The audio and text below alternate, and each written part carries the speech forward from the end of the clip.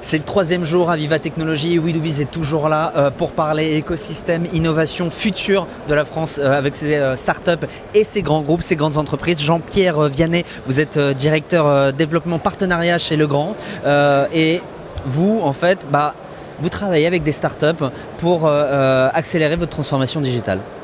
Oui, en effet, Legrand, on est un spécialiste de l'infrastructure électrique et numérique dans le bâtiment. Et le bâtiment vit sa propre révolution numérique.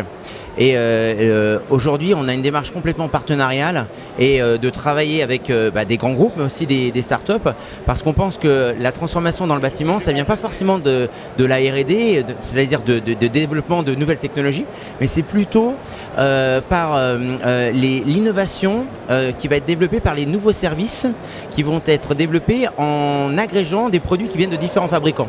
Donc ça nous oblige à travailler, enfin ça nous oblige au contraire, ça nous permet de travailler avec des grands partenaires industriels pour des développements technologiques, mais aussi de pouvoir s'associer avec des startups qui, elles, vont faire émerger les services de demain. L'innovation va vraiment venir avec ces startups-là qui vont développer tout un champ d'applications nouveaux pour le bâtiment connecté en utilisant la technologie Legrand agrégée à d'autres technologies. Comment est-ce que vous les sourcez, ces startups ? Il y a différentes manières de pouvoir trouver ces startups.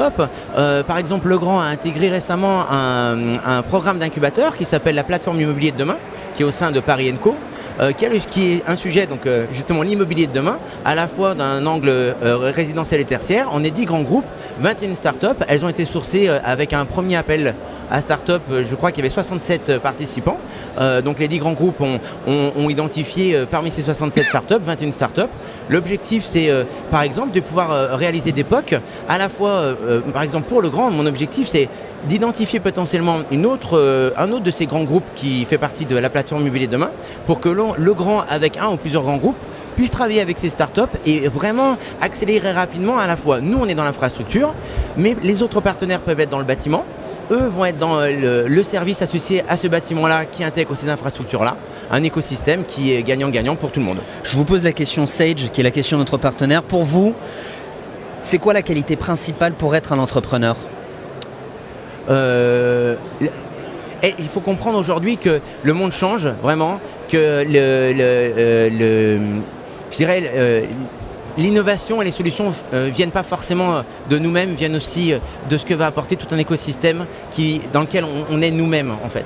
Et donc je pense que c'est ça vraiment, être entrepreneur, c'est dire qu'entrepreneur, on appartient à un monde à la fois de clients, fournisseurs, de partenaires et surtout d'utilisateurs. Et l'entrepreneur, c'est ça, c'est mettre l'utilisateur au centre de tout. Quand on a compris ça, on comprend qu'on doit travailler avec d'autres. Mettre l'entrepreneur au centre de tout. Merci à vous d'être passé par notre plateau. Nous, on continue encore pour cette dernière journée à Viva Technologies. Merci à vous, à bientôt. Merci.